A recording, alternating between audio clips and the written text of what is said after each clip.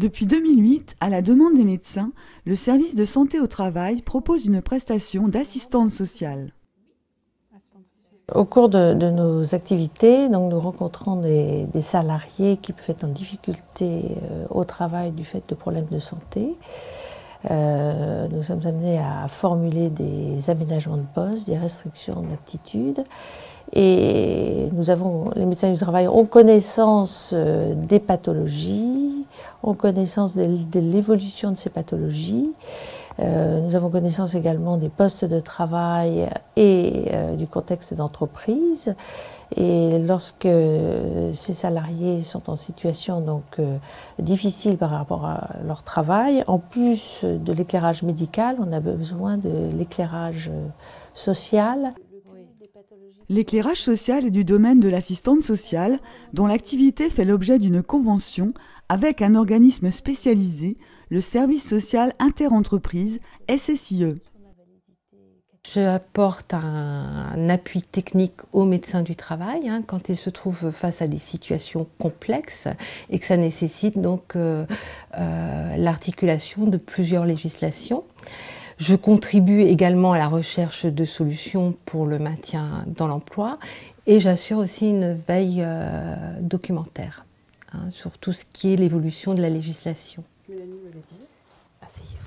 Concrètement, l'assistante sociale, à la demande des médecins du travail, reçoit en entretien les salariés en difficulté, plus de 150 chaque année, pour évaluer leur situation. J'ai plein de questions à vous poser, comprendre un peu. On m'a parlé d'invalidité, on m'a parlé de plein de choses et ça me fait un petit peu peur. Donc je voulais revoir avec vous un peu tout ce que ça veut dire, ce que ça engendre pour moi, pour ma famille, pour mon cadre professionnel. Je trouve que pour le salarié, c'est un moment important puisqu'il a à une période de son parcours professionnel, de sa vie, où il y a beaucoup de choses qui changent. Et je trouve que ce moment où il va se poser, où il va expliquer sa situation, ça va permettre aussi de rechercher avec lui des solutions. Après cet entretien, l'assistante sociale fait un compte-rendu au médecin du travail qui décide, en toute connaissance de cause, des mesures à prendre pour le maintien dans l'emploi des salariés. Au médecin du travail, ensuite, d'en informer l'employeur.